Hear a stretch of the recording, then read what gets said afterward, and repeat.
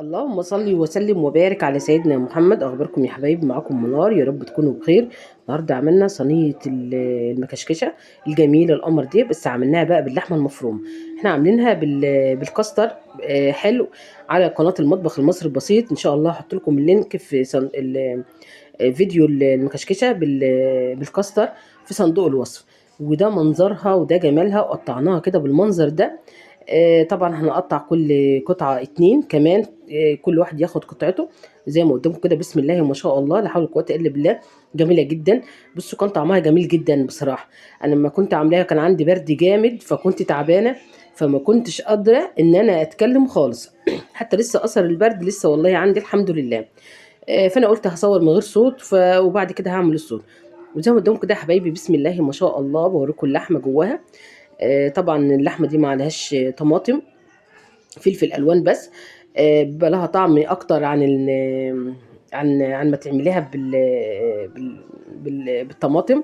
وعملنا بطاطس محمره، وعملنا سلطه ومخلل الجميل القمر اللي احنا عملناه سوا، وعملنا سلطه. وزي ما قدامكم كده، يلا بينا نشوف الفيديو ده اتعمل ازاي. متنسوش تعملوا لايك وشير وسبسكرايب وتفعلوا زر الجرس كده عشان يوصلكم كل جديد. معانا كده اللحمه متعصجه ببصل وتوم، وحطيتها على النار لحد ما اتعصجت بالمنظر ده. وحطيت عليها فلفل الوان بقى فريش ومتفرز. وبدات ان انا اقلب كده، وطبعا عليها التوابل بتاعتها جاهزه وكل حاجه تمام. طبعا احنا كلنا عارفين تعصيج اللحم. وبدات بقى ان انا اقلبهم كده ببعض، وبدات ان انا اجيب لفه الجلاش. معايا سمنه، معايا 2 بيضه، معايا كوبايه حليب او لبن رايب اللي ما عندك هتعملي بيه، او لو حتى معلقتين قشطه وهتدربوهم في تعملوهم بكوبايتين بكوبايه ميه، وهتمشي وتبقى زي الفل. احنا ما بنقفش على اي حاجه. وبدات ان انا افرد كده الجلاش. معانا القارب البايركس ده. طبعا اول حاجه كده هندهنه بالسمنه. طبعا السمنه انا ما سيحتهاش، بس في الاخر هسيحها عشان خاطر ان انا احط على اللبن منها، على الحليب منها. وبدات ان انا ادهن القارب داير ما يدور كده بالسمنه، اغمره بالسمنه. دي اول حركه في اي صينيه جلاش، صينيه رقاق، دي اول حركه لازم أن تعمليها. نصيحه مني يعني لوجه الله. وبدات كده ان انا اجيب اول رقه في الجلاش. طبعا هيكونوا رقتين على بعض. رقتين على بعض، بحيث ان انا مش عايزه في كل رقه سمنه كتير، لا.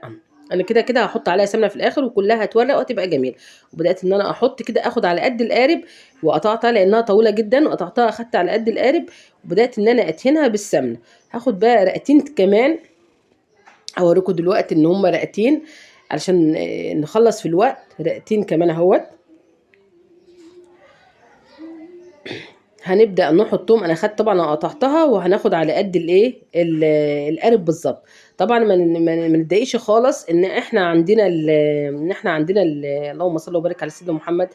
الجلاش هيكون فيه قطعة متقطعة عادي، هيتدرى جوه ومش هيبقى فيه اي مشكلة. زي ما قدامكم كده كده قطعتين.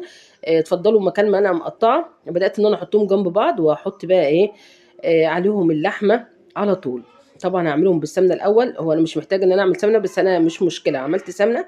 وبعد كده هجيب اللحمه الجميله القمر ديت. طبعا كان نص كل لحمه مفرومه يا حبايبي. عملت منه صينيه مكرونه بشاميل، ان شاء الله هتكون نزلت ان شاء الله.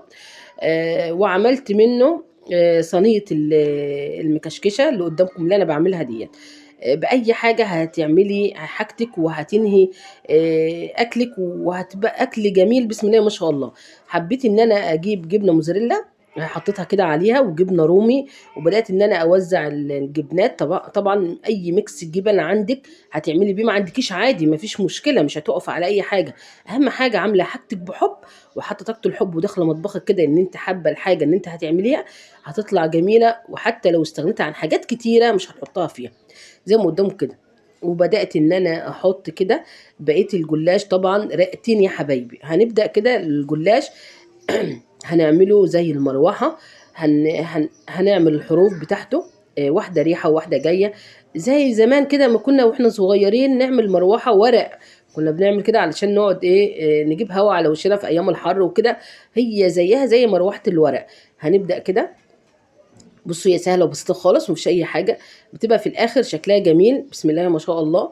وطبعا دي لفه جلاش واحده عملت لنا القارب البايركس الكبير زي ما قدامه كده بسم الله ما شاء الله. شايفين؟ هو ده كده. انا عايزاها زي المروحه كده. متربعه كده زي المروحه كده.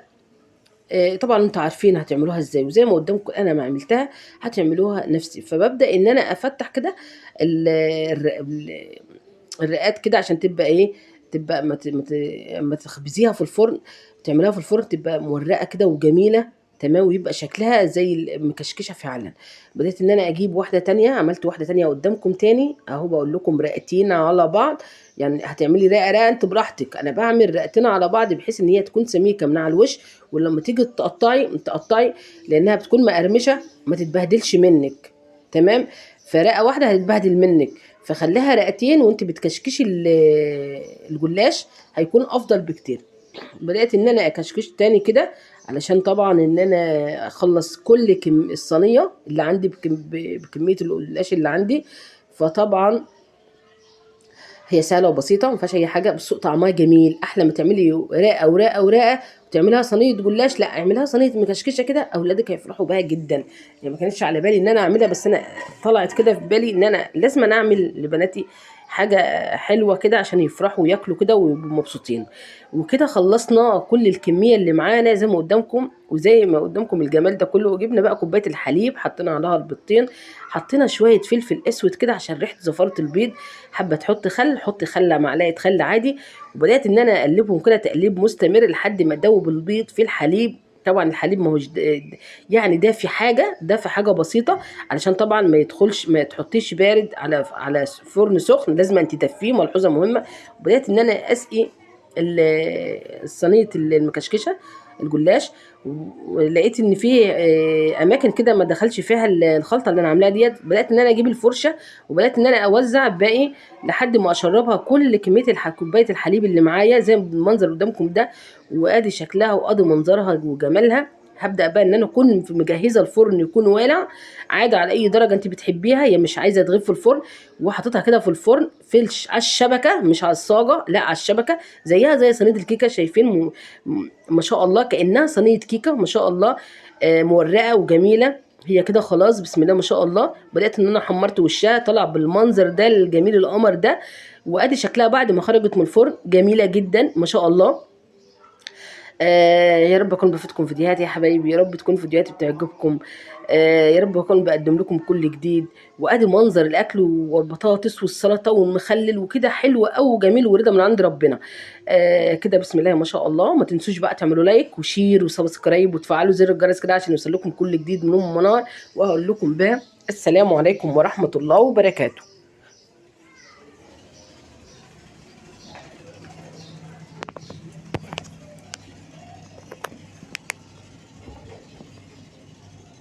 اللهم صل وسلم وبارك على سيدنا محمد.